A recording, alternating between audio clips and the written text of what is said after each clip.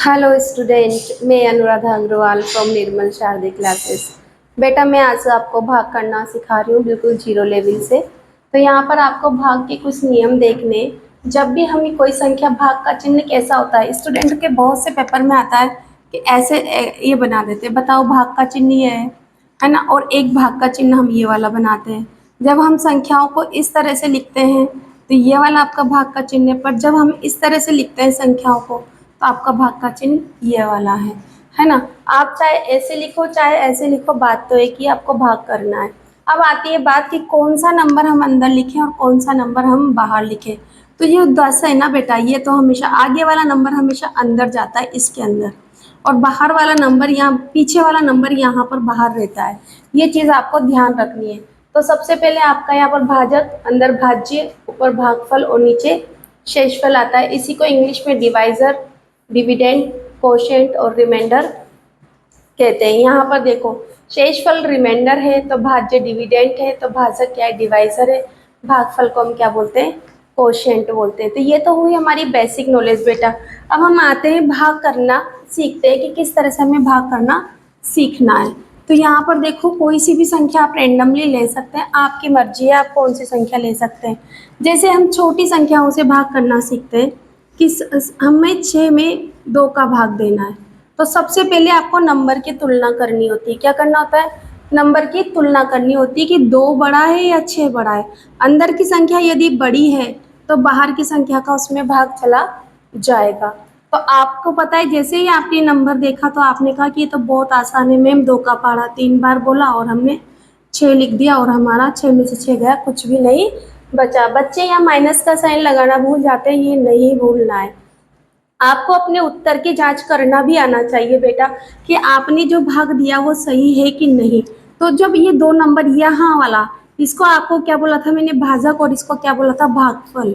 तो भागफल, भाजक गुणा भागफल, अगर ये दोनों, और प्लस में क्या हो जाता है आपका शेषफल, प्लस में क्या हो जाता है शेषफल। अगर अब हम यहाँ कहें कि हमारा शेषफल क्रॉस की जगह अगर मैं 0 लिख दूँ, और अगर इन सबको करने के बाद अगर मेरा भाज्य आ जाता है तो मेरा उत्तर सही है। तो देखेंगे यहाँ पर हम कुछ अलग सीख रहे हैं बेटा भाग करने में, तो देखते हैं। तो चलो हम करते हैं। 2 को, भाजक क्या है हमारा 2, भागफल कितना है हमारा 3, है ना। इन दोनों को गुणा करके प्लस में क्या होगा आपका शेषफल 0। तो 2 गुणा 3 बराबर 6, 6 में 0 जोड़ा तो उत्तर क्या हो गया 6। जो आपका क्या है भाज्य। भाज्य कौन होता है, जो संख्या इस चिन्ह के अंदर लिखी हुई होती है जिसमें हमने भाग दिया है। तो ये हमारे उत्तर चेक करने की बात है। कहोगे मैम इतना आसान सवाल था और आपने ऐसा कैसे सिखाया कि ना थोड़ा सा हमें माइंड में थोड़ा सा दिक्कत पैदा हो गई कि इस तरह से आंसर चेक करना है। तो ये तो आपको सीखना ही होगा, क्योंकि छोटे सवाल तो आप आंखों से देखकर आसानी से कर लोगे, पर बड़े सवाल में तो दिक्कत आएगी ही सही ना। तो चलो हम करते हैं, अब थोड़ा सा बड़ा सवाल ले लेते हैं। देखो मैंने 6 और 7 ले लिए, है ना। अब मैं इसमें भाग देती हूँ 4 का। किसका भाग दे रही हूँ स्टूडेंट, 4 का। तो आपको यही देखना है 4 बड़े हैं या 6 बड़े हैं, तो मतलब 4 का भाग जा सकता है। तो कितनी, इतनी बार पारा बोला तो 6 आ जाए या 6 से कम आए। तो आपने 4 का पारा 1 चौक 4 बोल दिया आपने। चलो 6 में से 4 गए तो आपके पास बचे 2, आपको क्या उतारना था 7, उतार लिया आपने बेटा। अब कितने हो गए, आपको 1 अंक उतारने का अधिकार है। आप इस चीज को अच्छे से रट ले बेटा कि आपको एक बार में 1 ही अंक उतारने का अधिकार है, और फिर उसके बाद अगर भाग नहीं जाता है तो उसकी सिचुएशन अलग होती है। फिलहाल अभी यहाँ पर हमें हमारा भाग जा रहा है, चलो भाग देते हैं। 4 का भाग दिया हमने 27 में, 6 चौक 24, 7 चौक 28 ज्यादा हो रहा है तो 6 चौक 24। चलो 27 में से 24 जाएंगे तो कितना बचेगा 3, मतलब 7 में से 4 गए तो 3 और 2 में से 2 गया तो 0 लगा दें। यहाँ आप क्रॉस भी लगा सकते हैं, पर अगर पीछे कोई अंक, यहाँ पर अगर आप क्रॉस लगाना चाहे तो नहीं लगा सकते, आप 0 ही लगाएंगे।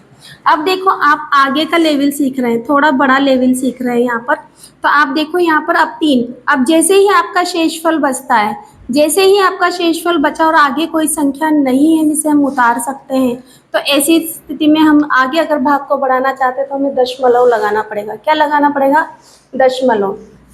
आइए हम दशमलव लगाते हैं। तो हमने यहाँ पर दशमलव लगाते हैं, हमें 0 उतारने का अधिकार मिल जाता है। अब हमारे पास 30 हो गए।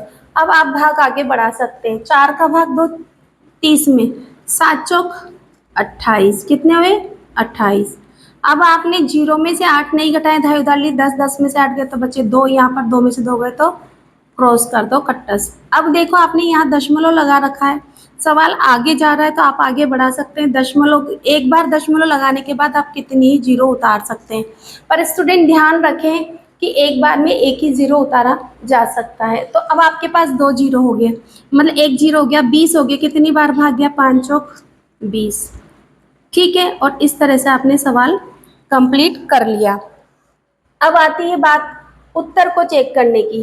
तो देखो यहाँ पर अगर इस सवाल को हम आगे नहीं बढ़ाते हैं और ऐसे सिंपली कर लेते हैं, तो देखो इसी सवाल को मैं यहाँ से तो मैंने सिखाई दिया, जहाँ से हमारा सवाल बचा वहाँ से हम इसको उत्तर की चेक करते हैं, ठीक है।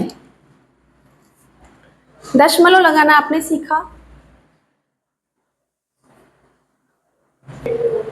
तो स्टूडेंट देखिए यहाँ पर मैंने आपको दशमलव लगाना बताया, बट अब हमारा कॉन्सेप्ट चल रहा है अभी भाग देना, कैसे हम भाग दें और भाग में उत्तर की जांच कैसे करें। तो जैसे ही हमारा शेषफल बचा तो हम सवाल आगे इसको सवाल को यहाँ पर चेक करते हैं। तो ये हमारा क्या है, भाजक। भाजक में आपके कितने हैं, 4, और आपके भागफल में कितने हैं, 16, और शेषफल में आपके कितने हैं, 3। तो आप इस तरह से लिख लें।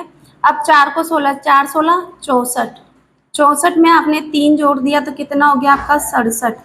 तो आपका क्या आ गया, ये यहाँ पर आपका भाज्य संख्या आ चुकी है। तो इसका मतलब ये उत्तर बिल्कुल सही है। अब आप कहेंगे मैम आप दशमलव जो आपने लगवाया था तो क्या उसमें इस तरह का उत्तर चेक नहीं कर सकते? बिल्कुल कर सकते हैं बेटा, बट वो मैं अलग कॉन्सेप्ट में अलग तरीके से आपको सिखाऊंगी, है ना। अभी के लिए इतना सीखना है, हमें उत्तर की चेक करना और भाग देना सीखना है। आगे का सवाल ले लेते हैं बेटा। देखो यहाँ पर हमने कोई संख्या ली 5 2 5, और हम चाहते हैं कि यहाँ पर हम 13 का भाग दे दें। कितने का, 13 का। तो चलो 13 का भाग देते हैं, 13 का पहाड़ा भी आप लोगों को आता है।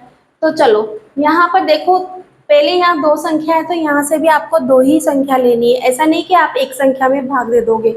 जब 2 अंक है तो यहाँ से भी 2 अंक लेने हैं। तो 13 का पहाड़ा 1 13 13, 2 13 26, 3 13 39 और 4 13 52।